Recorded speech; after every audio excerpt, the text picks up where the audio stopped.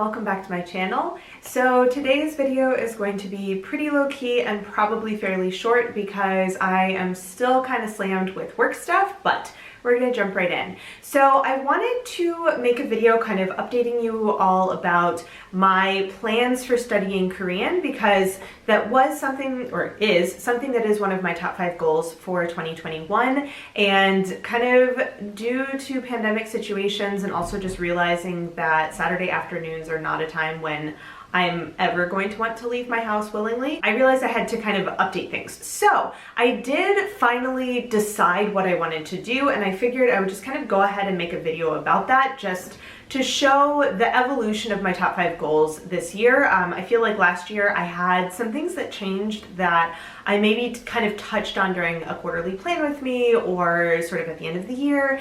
And I feel like it's something that I want to really bring to the forefront as, you know, I have this huge planning session that I go through and I do and I film in November, and I have these big goals for the year and all of that kind of stuff. And like, not everything makes it to the end of the year. And in fact, a fair number of things don't make it to the end of the year. A really good case in point, which is not going to be the topic of this video, but just kind of to mention, for example, I had this big idea that I was going to do a really cool thing with Me Made May, where I was going to do a focus on wearing and styling my vintage Me Mades and see like how many different ways I could put these sort of vintagey-ish pieces together to make outfits and take, basically document them throughout May and do some kind of like a blog write-up at the end. And to be honest, I did absolutely 0 posts for Me Made May because that was when work just got super, super busy and I just couldn't.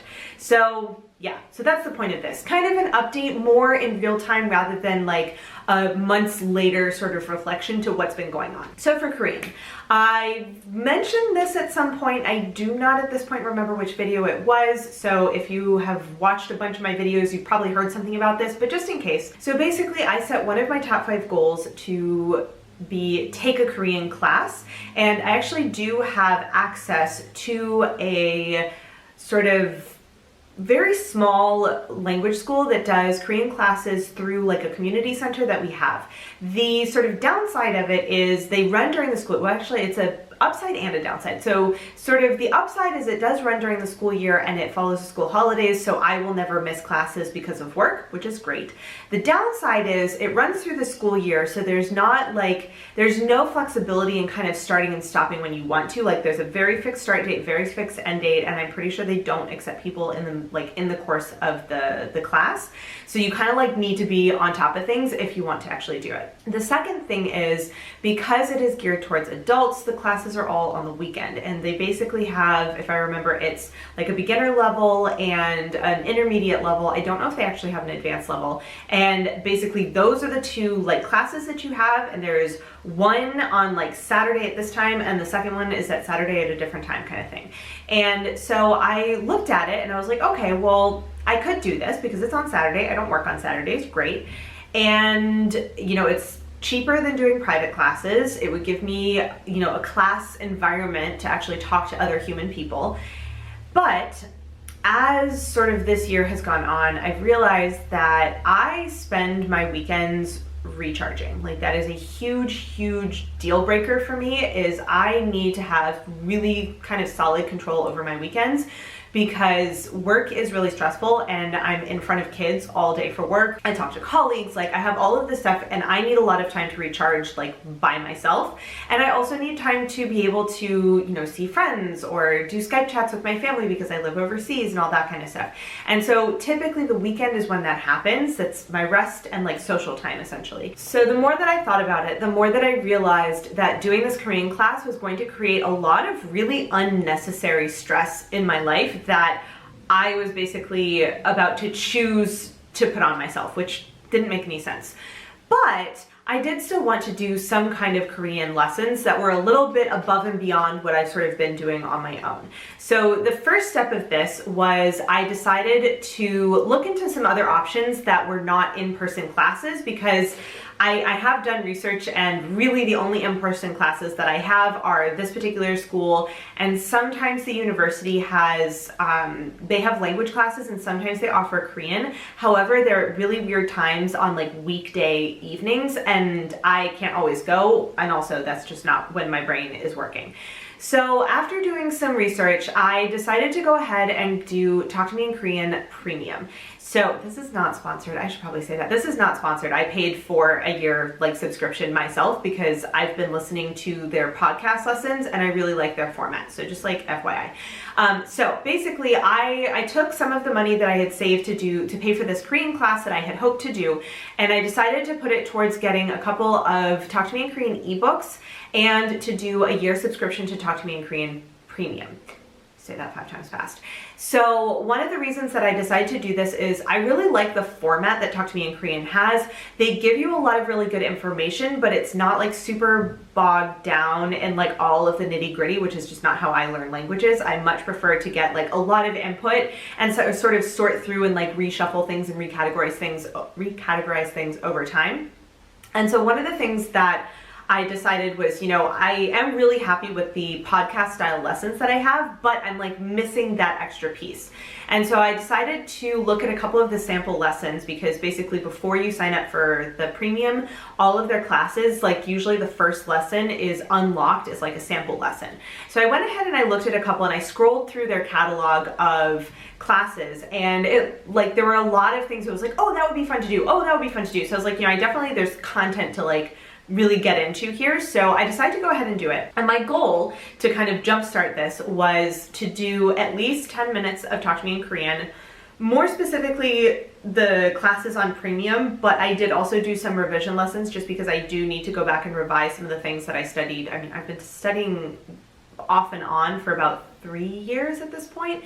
And so there are things that I listened to way back when that I don't necessarily remember as clearly as I would like. And so I wanted to go back and do some revisiting of those lessons. So the idea was for every day in May, which I basically did this instead of May, was to do about 10 minutes of Talk to Me in Korean every single day. I did it in the morning because we all know if I need to do something every single day, it needs to get done in the morning. Otherwise, there's a really good chance it won't happen. And I did go ahead and I set up a tracker for a couple of the classes that I had started for Talk to Me in Korean Premium. And I'm actually going to just stick a picture up here so that you can see kind of what it looks like in my bullet journal. I had an extra page from one of my months, I don't even remember which month it was at this point, where I didn't need it. So I just put a page flag on it and was oh, I'll figure out something to put there whenever I get around to it. And this is what I ended up doing. So I just did a very simple tracker. It looks like all of my trackers ever, so that I could kind of keep track of how long it took me to finish certain classes, how frequently I did the lessons and all of that kind of stuff. So there was one class that I actually did not put on my tracker. I think that's only one, maybe two. No, one class. So there's one class that's top 20 phrases every beginner Korean learner needs to know kind of thing. And those were ones that were pure revision from stuff that I've learned and I don't think there were any phrases that I've been oh, I have no idea what this is. I had heard of all of them before, but it was a good revision for me because they were those in particular were really short videos. A lot of them were a minute, maybe 2 minutes long. So I'd watch a couple of them, but it was just sort of, you get a little bit of extra information, oh, this is in this particular situation, or you use this in this situation. And they would typically give you here's the casual version, here's the formal version for all of the different expressions that they were giving you.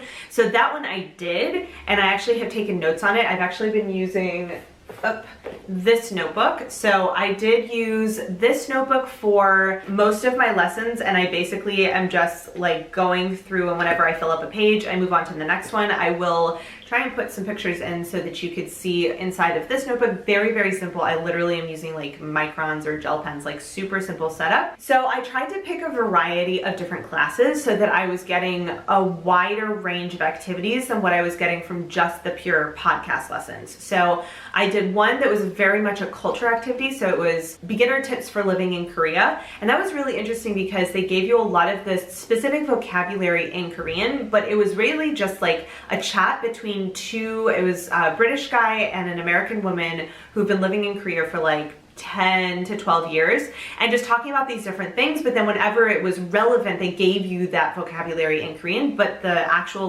discussion was in English. So that was one that I did. I did the beginner expressions. There's another one that they have with a guest teacher who is, Go Billy, I want to say is his YouTube channel. I'll see if I can find his YouTube channel. I never really got super into his just because I find it easier to kind of stick with one thing rather than doing like 5 different ones. So I don't dislike his content in any way, shape, or form. It's just that I kind of started with Talk to Me in Korean, so I've kind of stuck with them. But he has a sort of guest class on the Talk to Me in Korean Premium where he goes through, there's like 50 episodes and they're all between 5 and like 10 or 15 minutes long of common mistakes that Korean learners make when they're beginners. So like thinking that this word means to be and using it in an incorrect way, or like not appropriately using like the negative construction, like things like that. So really good things. Some of them are ones that I know. Some of them are things that I maybe at one point heard but forgot. And some of the things I think once we get past like the first 10 or 15, I think a lot of them are going to be things that I definitely don't necessarily know and should definitely be learning. So that was another one. I also, so I mentioned I got some ebooks. I got a reading comprehension. So they have very short stories that are specifically designed for language learners, and they are based around a particular topic. So there's like going to the hospital, going to the movie theater, cooking, like just very kind of basic things, but with really rich in vocabulary. And so I actually ended up getting the ebook because it just helps me to be able to see it. But there is a video course on there that works through all of the stories in the book and like really points out different things and explains it. And so I really like that one. I have done, oh, there was a podcast style one on Korean numbers, which is great because I learned like native Korean numbers and Sino-Korean numbers, but I never learned how to do like basic calculations. Like that was something that was really new, or even like going really in depth into big numbers was not something that, like, I think we went up to like 1,000,000, I think, in the numbers lesson on Talk to Me in Korean. Whereas this like went really more in depth and talked about like fractions and decimals and like all of that kind of stuff, which was really interesting. So I've been enjoying going through and doing that.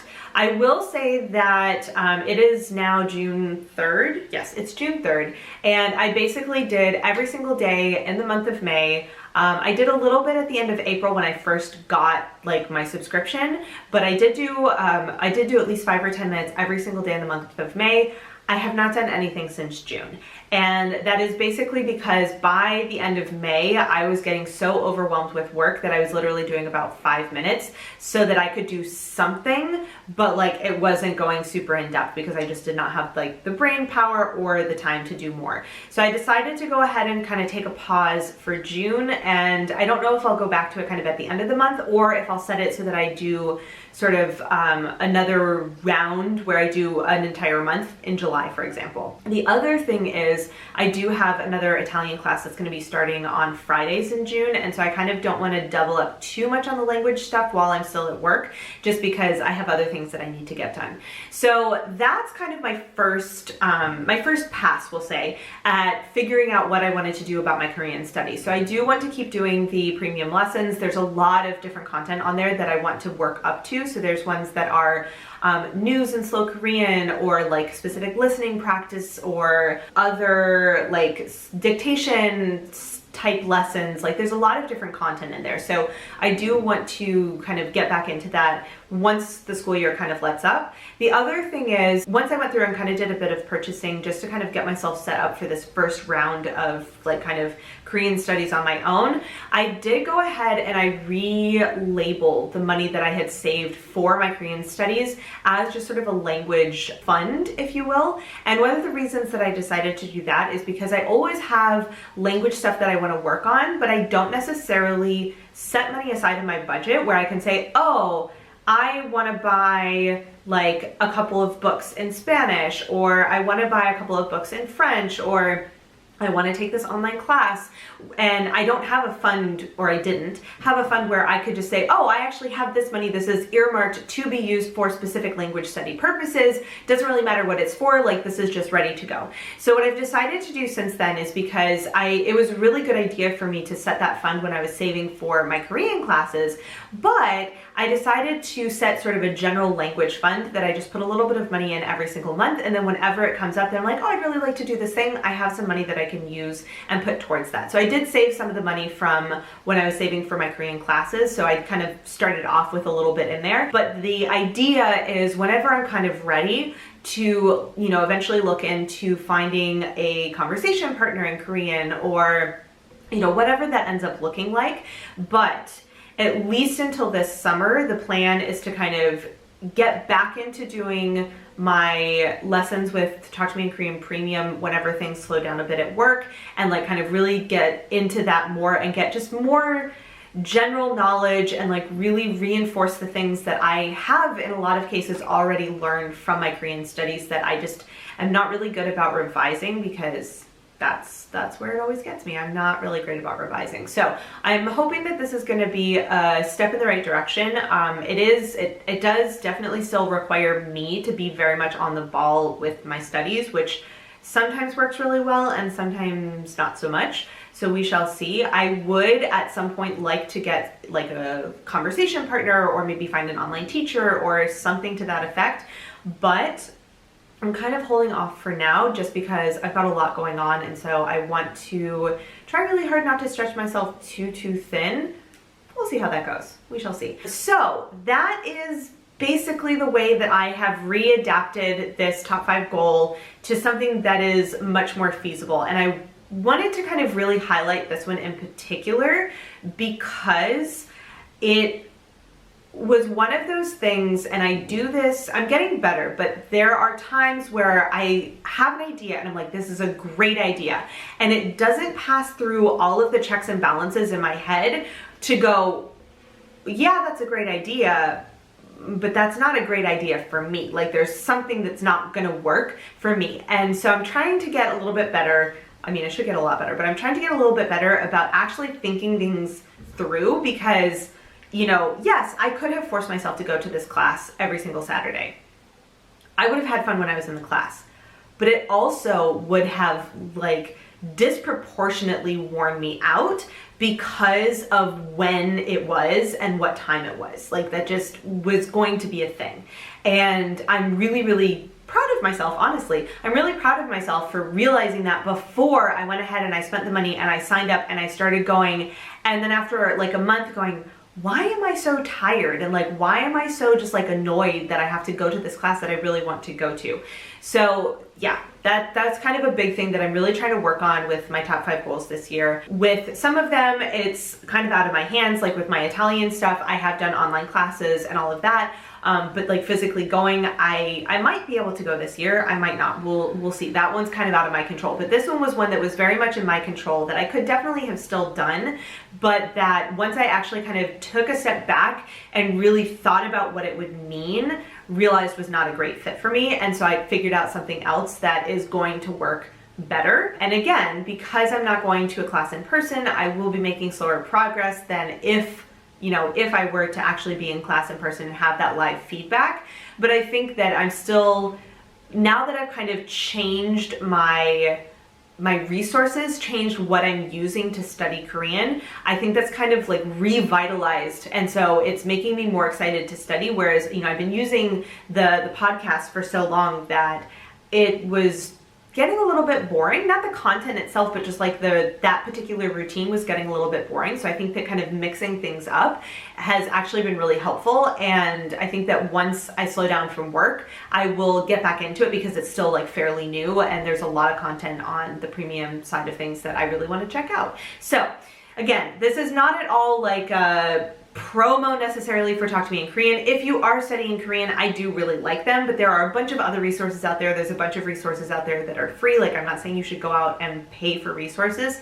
I'm just saying that this was kind of the step that felt the most beneficial for me, since I have been using free resources for about 3 years. This was kind of the happy medium between sticking with free resources and jumping into a paying class that I probably actually didn't want to go to just due to what time it was.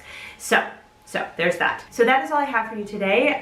Tried to keep this one a little bit shorter, just kind of an easy talking video, but it was one that I have had on my list of videos to make for a little while, so I figured it was the time to do it. So if you have any comments or questions, let me know down below. I will try and link everything that I kind of mentioned in case you are studying Korean and you want to check out some of these resources that I've talked about. Again, I'm not sponsored in any way, shape, or form. These are just things that I found that I like, so I'm sharing them with you all. So that is all I have for you today. I will see you in my next video.